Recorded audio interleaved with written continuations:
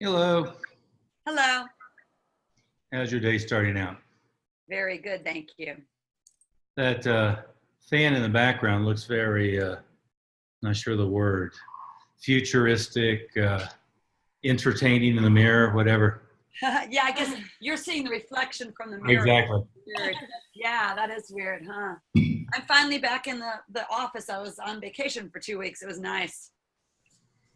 Hard to get back to the swing of things. I had a great conversation with Grandmaster Smith yesterday.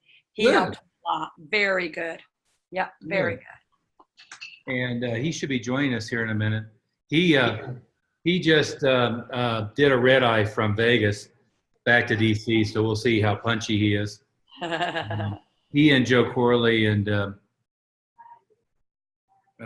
it'll come to me in a second, but they were out meeting with Dana White.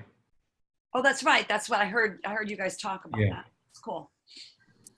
So it'll be interesting to see if anything comes of that. There we go. I've got Bob calling. Bob, what are you calling me? We're on our summer. Hello. No, this is the last one. Okay. He had forgotten that we were doing this today, which is fine. But This is the last one, right? This is the last one. This would be it. And our turnout is weak, which is typical when you have stuff like this for both non-members and getting closer to July 4th. Jan, say hi to Rudy. Rudy, say hi to Jan. Rudy's our latest Canadian infiltrator here. He's actually a French Canadian, so we're doubly blessed there. Hi. My wife is happy. You know, she's Montreal. She's a Canadian, so she's happy that we're getting French Canadians, not just Canadians, but the French. Yeah. Well, she speaks 7 languages or something like that. So. Yeah. Of course, she says I can't speak English. So. You stole my joke. That was my joke. You can't use that one. That was my joke. I have a question. Go ahead. It is the last one? The last meeting? Yeah, no, just of these Wednesday meetings. Can you repeat, please? No, Thursday is the normal meeting. So we still do every Thursday. This is the summer success meeting. Exactly. Yeah, we did whatever it was, 6 of these. And by the way, say it again, Rudy. It's the last one. It's the last of the Wednesday summer ones. Good. And by the way, all of them, I just posted the link in the Facebook group for the page that has the recordings of all these Wednesday meetings. And most of them we've posted, put the video up in the Facebook group as well, but maybe not all of them. But the link will take you to the place with all of the Wednesday meetings, plus that 3-hour segment of Master Smith. And Rudy, did you get that, and Jan, I should ask you the same question, did you both get that Complete Fill Your School, the DVDs and the CDs? Yes. We got them, but we couldn't play them. Wow. Mine didn't work in any of my things. That's strange. Yeah, did yours work, Rudy? Yes. I thought it was not, but it was the audio CD on my PlayStation. It was not working, but the video is working okay. Work okay. I tried the DVD on like 3 different things at my house, and I couldn't get it to work. It may just be defective. Bob, can you ask Molly to send Jan another set? Yes, sir. Yeah, no problem. Well, we'll send you another one. Yeah, just make sure you're not putting the CD in a DVD player or the DVD in a CD player. Something I do, but I checked it. Yeah, sometimes I wouldn't be surprised if they didn't mix them up in the. I do all the time. Oh, okay. Hey, Matt Smith, you invited Alan here. And Alan, tell everybody about your marketing plan for June and how it's panning out so far. Let's see. We had a summer block party at the start of June. We had that was a summer block party with a movie in the park, kind of a combination. Another movie in the park, movie theater, and then I think there might have been one other thing there. But yeah, that's been June so far. How many appointments has that generated so far? It's a little over 100. Last weekend was the 87 appointments. The previous movie in the park was 37, I think it was. Okay. How many intros so far? Oh man, now you can have me look at my stat on that one there. It's been about averaging anywhere between 5 to 10 per night. How many total? I'm asking you to look up the stat. I am. 1 second. You see? Well, you know, it's been busy. Yes. So far, I haven't put in this week's stats yet, but 53 so far. That was up until that was through last week. Yes. Alan, I'll whine at you a little bit. You should be updating the stats nightly and just entering the daily numbers. And of course, you know how to use break Right. and all that stuff, so it'll just total it up. How many intros would you say Monday, Tuesday, Wednesday? Just this week? Yeah.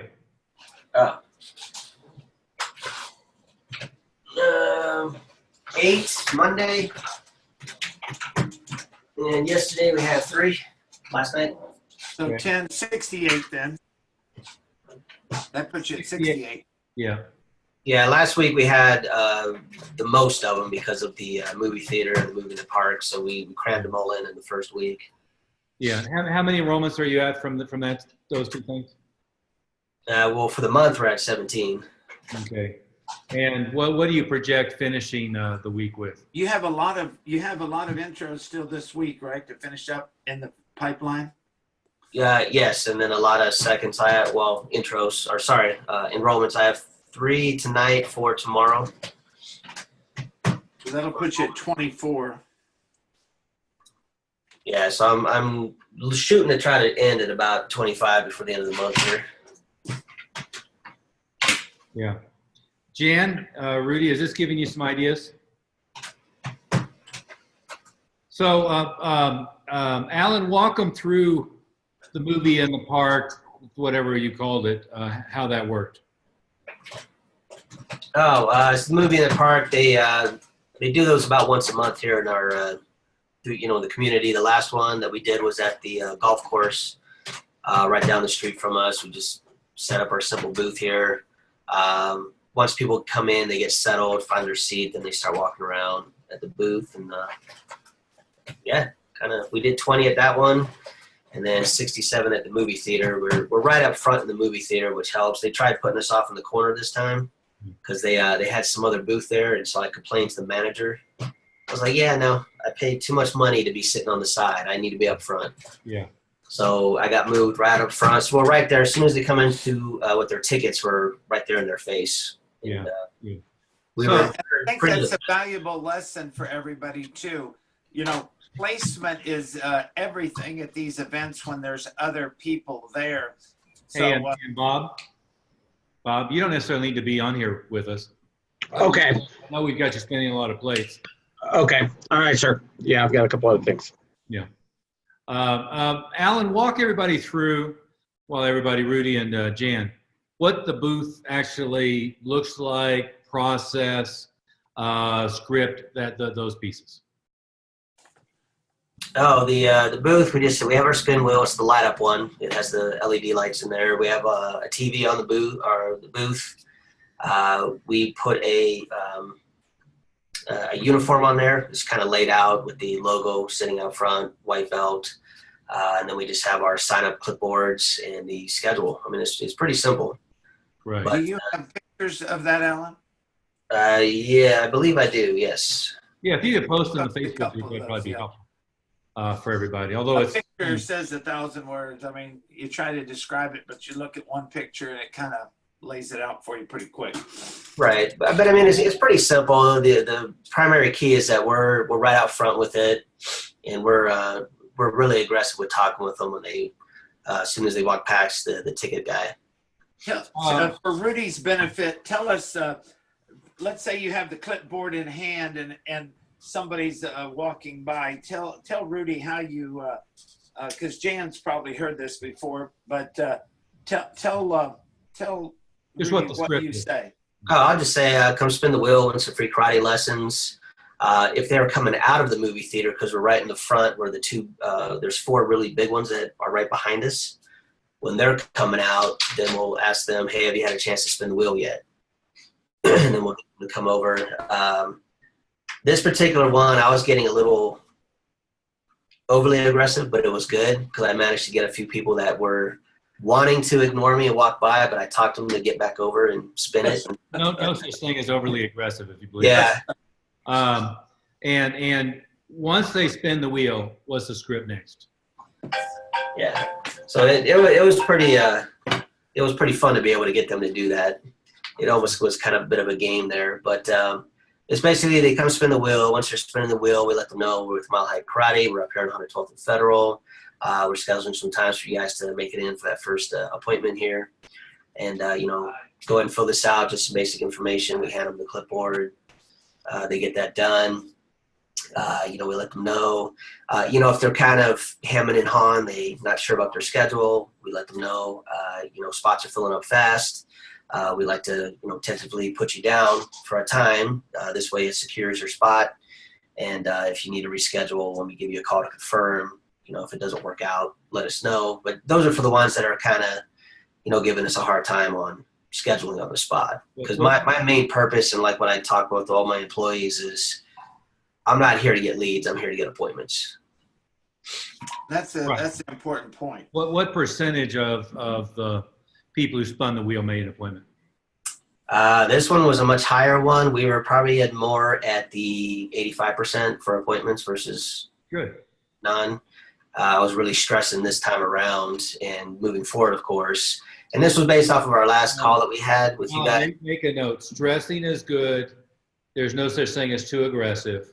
If you believe it. Right.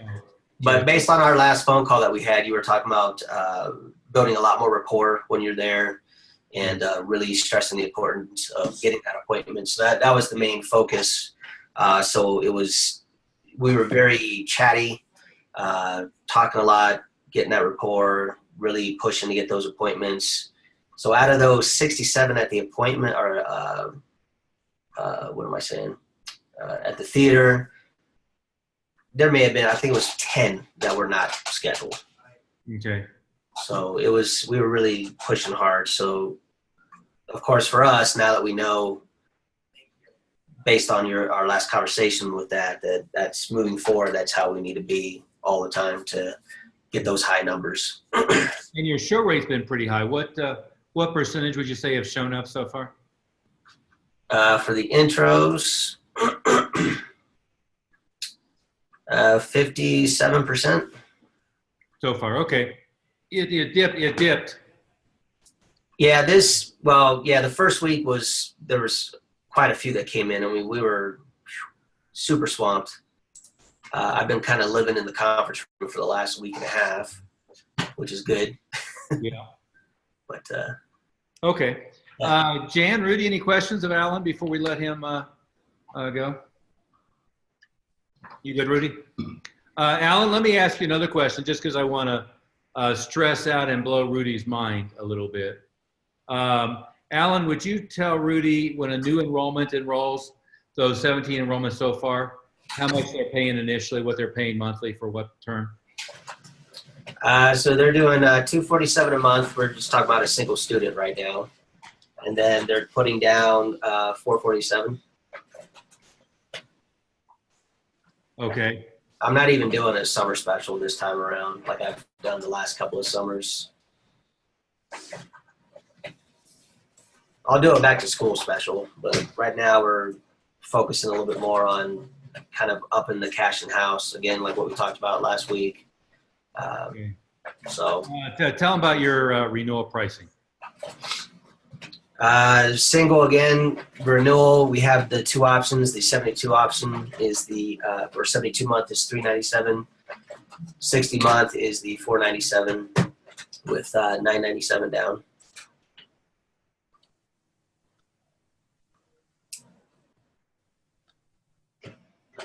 I'm sorry, I was muted.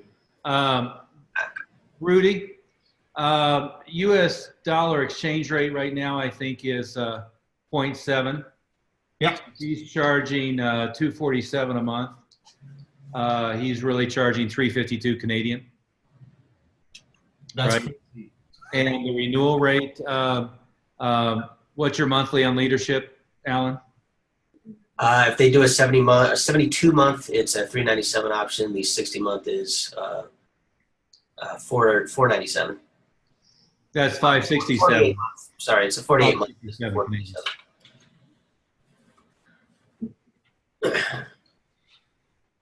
Does that sink in, Rudy? I don't know. I don't know what is the average price for school, gym, kickboxing class, jujitsu in US or in your town. That's an irrelevant question. Yeah, but here. Oh no, Rudy, hold on. Yeah. It's an irrelevant question. Okay. Right down the street from Alan, there was a guy that had a sign in the back of his pickup truck, $49 a month, no contracts. He lasted about 6 months. And there's another one that was charging about 20 less than us down the street that's closed up a couple months ago. Yeah. Yeah. That was a Venture, by the way. That was over there by 120th and Sheridan. Is Joe still in business? Who? Joe So? The one in Arvada, I believe is, but the other one, they've changed their name to Peak Martial Arts. So I think the instructors have taken it over. Okay. They were actually at a booth with us. We were at Stand in the City on Sunday, and we actually got, I didn't even mention that. I forgot. We got 20 appointments from that one, but So's were like 3 booths down from us. Yeah. Hey, I'm going to mute out just for a second. Matt Smith, I'll turn it over to you for a second. Okay. Alan, tell everybody, what happens with a lot of the schools, they don't do enough Parthenon of the marketing. And, it's not just 1 or 2 things, but you have to get a whole bunch of things. Maybe give Jan and Rudy a synopsis of some of the things that you've done recently that were pretty successful. Well, we had this month we've had 2 movie in the parks. One of them was a block party. It was kind of a combination. The movie theater, we just did Stand in the City on Sunday. So I actually forgot to add that into my numbers. So we're a little over 120 leads for the month so far. But in order to hit 20 to 30, we've got to have about 3 or 4 things going on each month to hit those numbers. Okay, and those are your live events. And, right, those are at our booths. That's not even anything else included there. Yeah, and tell what you had. Now, obviously, this is a summer, so it wasn't as predominant, but you had a lot of school programs going. Tell us about those and the kind of numbers you were doing on your school program. Yeah, we've been averaging about 1 a month. They tend to overlap a little bit. They're not true month by month. Those were averaging about 40 kids per school there. And then we're probably getting, I would say, probably 5 to 7 enrollments for those. The biggest ones for us have always been the live marketing, being at booths, being at the theaters. Given, we're in a good location, but we don't necessarily have foot traffic. So we have to be out and about all the time at booths to get these guys in here. And what about your internet marketing? What have you been doing on the internet marketing part? Can I ask a question before? Yeah, go ahead, Rudy. Yeah. Alan, what are you offering to the movie theater owners or boss? You put a booth inside and you ask for phone number, names, but do you give free ticket at your school? Do you have a TV to put promotion for the theater? Do you offer anything to them? Like the employees at the theater? Well, let me answer that, and then Alan, feel free to chip in. Rudy, there's two questions I think in there. I'm trying to figure out which one it is. One is, how do you get the theater to let you set the booth up, right? Yeah. Yes. Okay. What do you have to pay? Hang on, Master Smith. What are the major theater chains around you? What's the big theater there? Can you repeat? What's the name?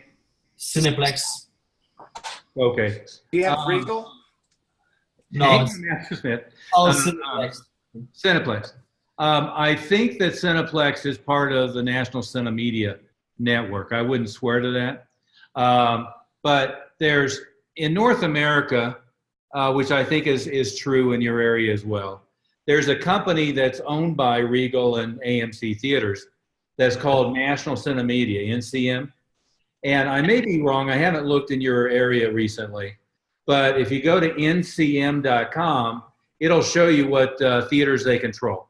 If it's one of their theaters, it's literally, you get the sales rep on the phone and they'll quote you somewhere between $500 and $1,000 for the weekend to rent the booth. And it is negotiable, okay? So if it's the weekend of Star Wars and it's a 32 multiplex, they're going to want it more than if it's a smaller theater and it's, you know, nothing big is coming out that weekend. What we know, by the way, is we don't want to be there unless there's a blockbuster. So it doesn't have to be a martial arts movie. But when he was there last was when Incredibles came out. It did $186 million for the weekend. Even better if it was Karate Kid or Kung Fu Panda or something like that. It's just that those have been kind of few and far between the last year or so. And next will be Ant-Man coming out in a week and a half. So I think that's the answer to your question. If it's not a National Cinemedia theater, they may have, there's a couple of other companies that do that as well. In other words, they're big aggregator ad agencies that sell video on screen, what they call tabling, all kinds of other stuff. You can pay them, pass out coupons, all that stuff. The only thing we really care about is a tabling. That's where you put a table in the theater. If they aren't a part of that kind of network, what you end up with is having to talk to the theater manager or the regional director. When I did these originally, I mostly had to talk to people who were in charge of like the state of Colorado and get permission from them to do it. In order to do that, what you find is most of them now perceive this to be valuable. So what they're doing is just renting you space. But what I had at the time was I was really doing a joint venture. So I was helping them promote whatever theater was coming out that weekend, renting out a theater to bring my students, maybe a buddy referral event, giving them 1-year passes, month passes, stuff like that, things that they could give away so that they would be excited about it. And in exchange, they were letting me do tablings and other stuff, right?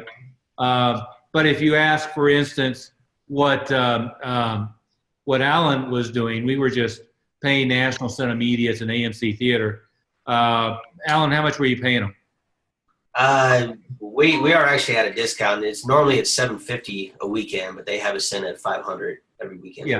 Yeah, and that's a good price because it's a big, busy theater and one thing or another. And that's in part because we negotiated it, and in part because he's got a multi-weekend contract that he's doing. And what we do at the beginning of the year, they send us all the movies for the entire year coming out. We go through January, February, figure out everyone we want to be at and get them set up. So we spend thousands of dollars at the movie theaters to be there every year. Yeah, but well worthwhile, assuming assuming the movie pulls well. Even on a slow movie, I can get at least 5 to 7 people enrolled each time. Yeah. Now, and so Rudy, that was one of the questions. The other question I was hearing, and maybe I'm not right, is what you're offering the prospects when they come in, right? No. No? You were just asking about how to set up the Yeah, it was all about the movie theater and manager. Yeah. Yeah, usually get in the theater, but Usually anymore, it's just they rent you a booth. Okay. Which frankly, I wish it had been that way in the 80s. It would have been a lot easier for me to pay them than, wine and dine them all the time. The other thing you want to do, by the way, is you do want to build a real relationship with them so that as you build that relationship, what happens is a lot of times they, like Master Smith has a Regal Cinema, they'll just let him leave a booth there all week. He has a constant booth and lead box and flyers and stuff set up. They don't charge him for that. He can go in and they don't charge him for things. And it's just about building a relationship with the on-site people. Okay. Rudy, I'm going to skip the pricing thing until tomorrow because it's what I want to spend. It's on our normal cycle for tomorrow. But what I want you to disabuse yourself of is that it matters what anybody else is doing in your area. Forget about that. Okay. Now, there's two types of marketing to make it simple. There's waiting till somebody is looking for a martial arts school and they go Google you, or in the past they looked in the yellow pages, and then they compare you with the other guys in the area, okay? Now, even in that arena, we're in an industry that's dominated with people who are not very good at what they do. So in the era of the yellow pages, we almost always got them regardless because we answered our phone and nobody else did, right? It wasn't they left a message, we called them back the next day. It was they called at 10 a.m., we answered the phone at 10 a.m. Got an appointment, got them in. In the age of Google, it's the same thing.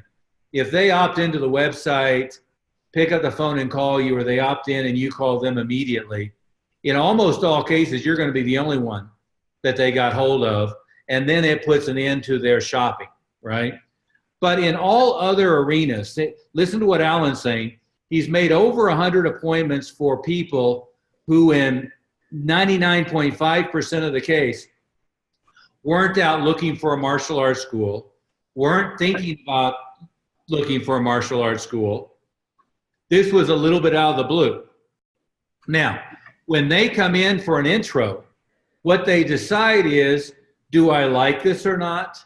Does it work in our schedule or not? Do we want to do this or not, right? So they make that decision. And then when he does an enrollment conference, they then have to make one more decision, which is, can I afford this or not, right? What they don't do is they don't say, that school over there is $45 a month. This school is $247 a month. Do I want to do that one or do I want to do this one? And it's not that it never happens. It's just that it's maybe 5% of the time, okay?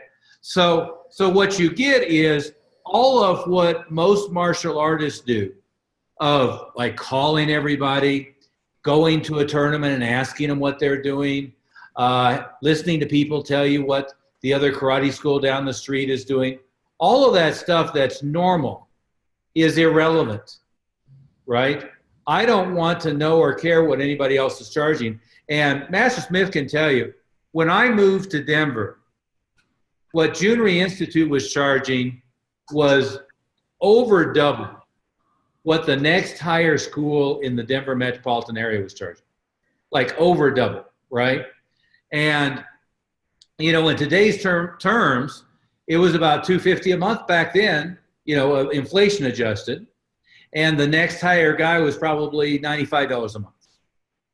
Well, I came into the market, I was 23 years old, opened 6 schools, 5 in 18 months, 6 in 30 months, was charging the Junery Institute price rates, and ended up with 10 times more students than any other individual school had, legitimately, and at 2.5 times what the next highest school in the area was charging. Needless to say, I didn't make a lot of friends with my competitors, but I didn't care, right? So what you've got to realize is, even when they Google you, if you're the one that answers the phone and the other guys don't answer the phone, if you're the one that gets hold of them while they're on the website, that puts an end in most cases to their shopping, right? The second element is we're not in an industry dominated by people who are very competent, right?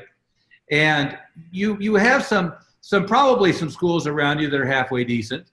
I've got to tell you, Mile High Karate has a bunch of schools around us that are pretty good because guess what? They're former staff or former franchise owners and so forth. But it still doesn't matter, right? The worst thing that any of our former guys can do is go open a school, get rid of contracts, and go cheap because they don't get any more new students. They just make less money. Does that all make sense to you, Rudy? And see, what it's not that schools charge less in Canada and therefore you can't charge as much. It's not that in your area schools charge less and therefore you can't charge as much. What it is it's just your thinking about what the right price point is, and it's making sure that when they come in, you're building a high perception of value. Now, and again, we're going to talk about this more tomorrow, so I don't want to spend a lot of time. But I just talked to Amanda Olson. She has 400 and, what did I say earlier, 95 students. She was, a year ago when she joined with us, she was charging $95 a month to month, no contracts. Okay? Right now, what did she say? I think it's 45 enrollments last month. 45 enrollments at 447 or 397 to enroll, 197 a month on a 12-month agreement. Okay, and so that's in comparison with a year ago. They were saying it's $99 to get started, month to month. Anytime you want, just let us know. 30 days notice, we'll cancel your agreement. To initially a 1-year agreement at double what she was charging a year ago. And this month, they grossed $50,000 on billing, a total of, I think, $75,000 for the month. And I whined at her that she should be doing $125,000. What the hell is the problem? Okay? So just to give you a perspective, right, of now, and again, we're going to talk about this tomorrow, so I don't want to spend a lot of time on it. Yeah, I was going to say, Amanda, we should have Amanda on there because there are several members, Rudy, that are, and you're going to find when you talk to the members and when they're talking on the meeting that most people are very apprehensive, and a lot of them don't make any price changes for 6 to 12 months. And when they then finally make it, they kick themselves for not doing it earlier because it actually was so much easier than they thought. So what we find is it's the members that really have the issue with it is more than the people coming in that are signing up. So, and there is a way to do it where you can stepstone to you get into the belief system, but some people just jump right in and go right to the top number right off, and others stepstone it, and a lot of those say they shouldn't have, but it's got to be a personal thing. Well, no, it's just in your mind. It's not anywhere else. That's what I mean. Yeah. Colby is another one that was charging $85 a month, and he tells the story of he was sitting in our meeting that we had in Florida, and I was asking, is anybody charging under $150 a month? And he raised his hand. And then he said what he was still charging. I said, when are you going to grow, pair? And he's now charging $247 a month, up from $85 a month. But this will be our topic tomorrow, so we don't need to spend a lot more time on it. And guys, I wanted to keep this kind of short because it's the last one we're going to do. But Jan, any questions on jump starting the summer? Has this been a little bit helpful with Alan? No, you're good? Muted. She said yes, and then I guess she's muted. And then, so then went like. She's on mute because there's probably noise going in the background or somebody's talking or something. You're unmuted, Jan. I have no questions. I unmuted myself. Okay. Rudy, we'll spend a lot of time. That's our topic tomorrow, is new student pricing. Okay. What I would recommend you do is go pull up last Thursday's meeting. I think you were on it, but I did that little checklist and stuff as well on marketing activities. I think it's pretty helpful, and I'll update it a couple more times because there's a lot of things even we talked about that was left off that checklist. Matt Smith, can you believe I threw that together in about 35 minutes before our meeting last week? Well, I mean, you know them all. It's just trying to get them off the top of your head. That's why I knew that if you went back and looked at it, you'd go, oh, I left half a dozen out. Well, I didn't even talk about paid advertising. I know. Right. But anyway, tomorrow we're going to spend a lot of time on how to think about tuition, how to present it appropriately, how to, and even how to deal with the fact of somebody shopping. Because even the ones that are shopping, I mean, if you're double what the guy is down the street, you should be, because what people want is they want the best school. They don't want the cheapest. And if they go to the school down the street and they're a lot better than you are, and they're cheaper, you're right, you may lose them. But we're not in an industry where it's difficult to be better than most of the guys down the street. Yeah, and the key, Rudy, is adding value to your program. And part of doing that is, number one, become a black belt school where you have a actual black belt program.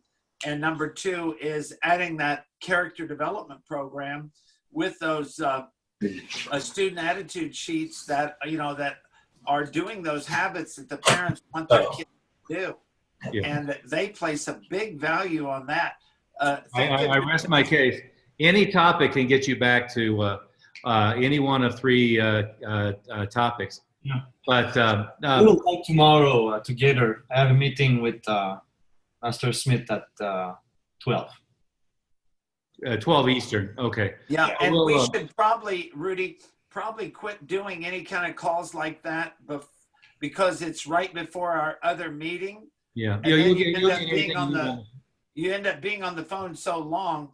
We probably should do the meeting, and then after the meeting, after the group meeting, then if you need a follow-up, we can do that on a Friday or next And Monday. that's what the discussion forum is best, because the same questions you have, there's 20 other people who have. Jan, if you're still there, did we lose Jan? Hey, Jan, you said you had a real productive call with Master Smith. What was most productive about it? Well, I guess the most productive thing was me realizing that I already knew it, but I have a very low percentage of my people in upgrades right now. Yeah. Only 77 people are in upgrades out of 280. Yeah, so, it should be more like 85%. Yeah, I used to be at 79%, and I don't know what happened. We got busy and we just dropped the ball. So so he gave me a lot of really good ideas, and thank you. It was a great conversation, Grandmaster Smith. Thank you. And I think the thing that I took out of it the most, Master Oliver, is that I was so impressed with the numbers she was doing now with not even getting those renewals yet. I said, Jan, you should go out and celebrate because the potential you have, because she's been doing the front side. In other words, she's been doing her marketing stuff and getting the people, but she's missing the big chunk of change, because we say that the renewals usually it comprises about 50, minimum 50, but sometimes 60. It's 60% of your gross comes from renewals and 40% from enrollments because the numbers are so much bigger. And you're probably way down the line. And Matt Smith, I think that underestimates the impact, truthfully, because it's, if you once you get in the right mindset, the renewal creates the retention. What people think is if I have good student retention, I'll get high renewals. That's not necessarily true. But if I have good renewals at white belt, that creates better retention, right? And there's only a few instances I've seen that not to be the case, but those are the outliers. If you're really good at starting them right at white belt and getting the renewal done at white belt, that makes a dramatic impact on the retention. Matt Smith, I could say that getting the renewals right is like 80% of the revenue. It really is a big deal. But anyway, until tomorrow, hopefully this has been helpful for you. Rudy, hopefully we blew your mind in a couple different areas, and we'll follow up tomorrow. And Rudy, if you'll give Bob Dunn a call and switch our call to Friday. Well, we're just wait till after tomorrow's meeting, and if you need to follow up, that's great. If not, you're probably in good shape. Okay. I will send you a message. Okay. Thanks. Thank you.